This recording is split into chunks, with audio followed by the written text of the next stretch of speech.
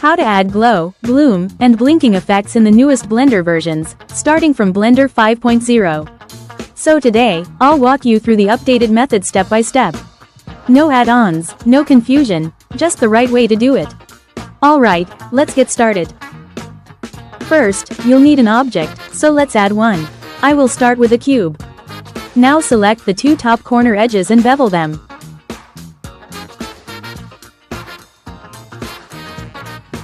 After that, slightly scale it down on the y-axis to refine the shape.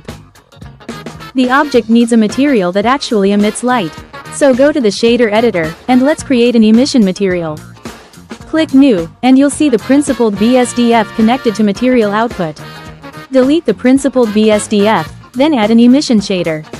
Now connect emission to the surface of the material output. To make this easier to see, I'll lower the background intensity. I'll go here and turn it down. Go to the layout workspace and make sure you're in rendered view, so you can actually see the object emitting light. Now, in the lower panel, replace the timeline with the shader editor. Increase the emission strength, but notice, there's still no visible light on the object. Switch the shader editor to the Compositor. Click Use Nodes. The node we need is called Glare. Just press Shift+A, type Glare, and place it in the middle. But glow effect won't appear. So on rendered view, open the arrow and set Compositor to always. Now the glow is visible, but if it looks stretched, so change streaks to fog glow. Increase the glare size to boost the glow, and decrease it to reduce the effect. Try it and see the difference. In the bottom panel, just add a shader editor tab alongside the existing Compositor tab. Then change the emission color to red.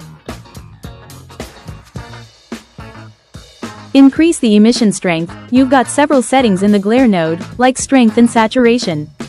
For example, if you pick a color but lower the saturation, the glow will start to look white instead of the original color. Want to make a blinking light animation? Go to the glare node, and in glare size, type #abs sin frame 2. Then press enter. In the bottom panel, replace the shader editor tab with the timeline tab. Now play the animation, and you'll see the light blink dynamically.